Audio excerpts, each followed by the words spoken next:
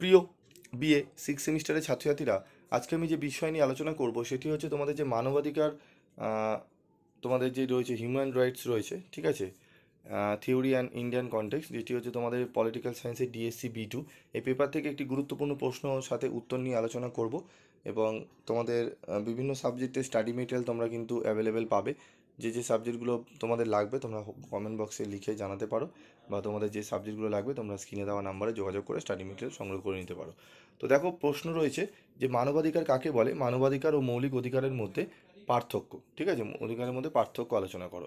তো মানবাধিকার হলো এমন কিছু অধিকার যা কেবলমাত্র মানুষের অস্তিত্বের কারণে প্রত্যেক মানুষের প্রাপ্য। জাতি, ধর্ম, বর্ণ, লিঙ্গ, ভাষা, জাতীয়তা, সামাজিক অবস্থান বা অন্য কোনো ভিত্তিতে এই অধিকার থেকে কাউকে বঞ্চিত করা যায় না। এই অধিকারগুলি মানুষের সম্মান, স্বাধীনতা এবং ন্যায্যতার ভিত্তি গড়ে তোলে। জাতিসংঘের মানবাধিকার সনদ অনুযায়ী মানবাধিকার হলো সমস্ত মানুষের জন্য নির্ধারিত মৌলিক স্বাধীনতা ও সুরক্ষার অধিকার, যা মানুষের সম্মান ও মর্যাদা রক্ষার জন্য অপরিহার্য। উদাহরণস্বরূপ মানবাধিকারের সমূহ: জীবনের অধিকার, বাক স্বাধীনতার অধিকার, ধর্ম পালনের অধিকার, শিক্ষা গ্রহণের অধিকার, নির্যাতনের বিরুদ্ধে অধিকার। মানবাধিকারের বৈশিষ্ট্য: সর্বজনীন, সব মানুষের জন্য সমান, অবিচ্ছেদ্য, কোনোভাবেই কেড়ে নেওয়া যায় না, অবিভাজ্য, সব অধিকার সমান গুরুত্বপূর্ণ, ন্যায্য ও সমতা নির্ভর। মানবাধিকার ও মৌলিক অধিকারের মধ্যে পার্থক্য। অর্থের ভিন্নতা: মানবাধিকার হলো সার্বজনীন অধিকার যা সকল মানুষের জন্য জন্মগতভাবে স্বীকৃত।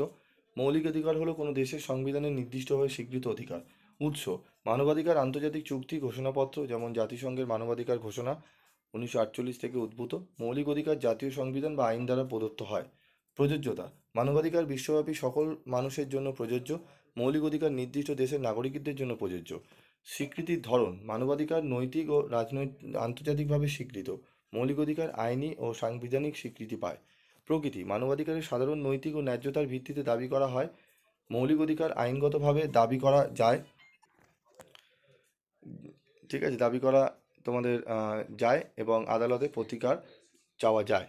রক্ষা ও প্রতিকার: মানবাধিকার লঙ্ঘিত হলে আন্তর্জাতিক সংস্থা হস্তক্ষেপ করতে পারে। মৌলিক অধিকার লঙ্ঘিত হলে দেশের আদালতে মামলা করা যায়, ঠিক আছে। তারপর রয়েছে দেখো পরিবর্তনের সুযোগ, অধিকারের উদাহরণ, প্রাতিষ্ঠানিক ভিত্তিক রক্ষা কবচ, ঠিক আছে।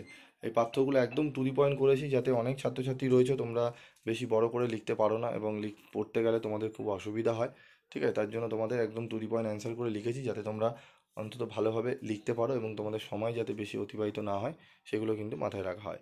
তো আইনগত বাধ্যবাধকতা রয়েছে। মানবাধিকার মানা অনেক সময় নৈতিক দায়িত্বের বিষয়। মৌলিক অধিকার মানা দেশের আইনগত বাধ্যবাধকতা।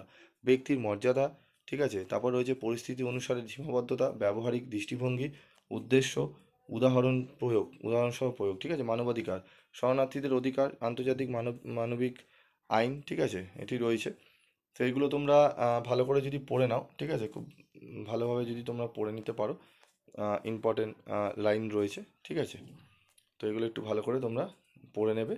এবং তোমাদের উপসংহার হিসাবে আমি আলোচনা করব, মানবাধিকার ও মৌলিক অধিকার উভয়ই মানুষের সম্মান, মর্যাদা ও ন্যায় বিচার প্রতিষ্ঠায় গুরুত্বপূর্ণ ভূমিকা রাখে। তবে মানবাধিকার আন্তর্জাতিক ও সর্বজনীন, আর মৌলিক অধিকার নির্দিষ্ট দেশের নাগরিকদের জন্য সংবিধান দ্বারা নির্ধারিত। দুটোর উদ্দেশ্যই হলো ব্যক্তির স্বাধীনতা ও মানবিক মূল্যবোধের সুরক্ষা নিশ্চিত করা। মানবাধিকার বিশ্বজুড়ে আদর্শ রক্ষার কাজ করে, আর মৌলিক অধিকার রাষ্ট্রের অভ্যন্তরে নাগরিকদের ন্যায্যতা ও সুরক্ষার প্রয়োগ ঘটায়। এইভাবে উভয় অধিকার মিলেই একটি মানবিক ও ন্যায়ভিত্তিক সমাজ নির্মাণে সহায়ক হয়, ঠিক আছে। তো আমি এর আগের ভিডিওতে আমি তোমাদের গুরুত্বপূর্ণ একটি প্রশ্ন 15 নম্বরের উত্তর নিয়ে আলোচনা করেছিলাম। তো এই সেই প্রশ্নের উত্তরটি আমি তোমাদের পিডিএফে দিয়ে দিয়েছিলাম, পিডিএফ আকারে গ্রুপে দিয়ে দিয়েছিলাম। এই প্রশ্নের উত্তরটিও তোমরা গ্রুপে পেয়ে যাবে, তোমরা সেখান থেকে সংগ্রহ করে নিও, ঠিক আছে। এবং স্টাডি মেটেরিয়াল যদি ফুল পিডিএফ নোটস তোমাদের দরকার হয়, তোমরা স্ক্রিনে দেওয়া নাম্বারে যোগাযোগ করে নিয়ে নিতে পারো।